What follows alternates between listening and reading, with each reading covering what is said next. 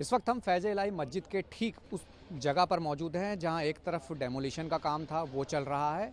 और वो अभी अपने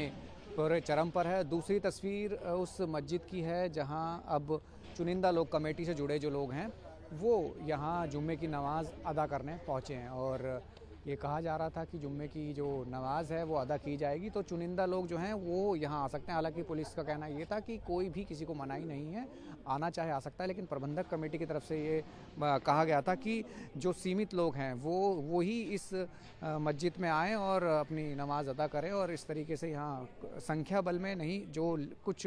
कहा जाए कि 25 से 30 की संख्या में जो लोग थे, इसी जो प्रांगण से होते हुए इसी जगह पर वो नमाज़ अदा करके गए हैं। और कहा जाए कि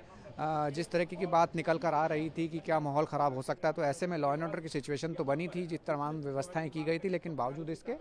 यहाँ जो है जुम्मे की नमाज़ अदा की गई है। और ये इसलिए भी ज़रूरी हो जाता है कि जिस फैज़ इलाही मस्जिद के लेकर जिस तरीके से कहा गया था, अफवाह फैलाई गई थी कि इसको तोड़ा जाएगा, लेकिन ऐसा नहीं था। इसकी सराउंडिंग्स में डिमोलिशन था, उसको किया जाना था। लेकिन जिस तरीके की तस्वीर है, आज का दिन बेहद ही खास था क्योंकि जुम्मे की नमाज़ थी वो अदा की जानी थी। लेकिन ऐसा फ़िलहाल कह सकते हैं कि जो बड़े ही सादगी अंदाज में जो लोग थे वो यहाँ पहुँचे थे और जिन्होंने पूरी तरीके से अपनी जुम्मे की नमाज़ जो है वो अदा की है। और कहा जा सकता है कि जो सिचुएशन है फ़िलहाल इस इलाके में या अन्य जगहों पर जहाँ नमाज अदा की जा रही है सेंट्रल डिस्ट्रिक्ट में और फैज़ इलाही मस्जिद के ठीक आसपास, फिलहाल कहा जा सकता है कि भारी संख्या में पुलिस बल लगाया गया है और इसी तरीके की व्यवस्था देखी जा रही है। कैमरा पर्सन संजय के साथ राहुल प्रकाश, न्यूज़ 24 दिल्ली।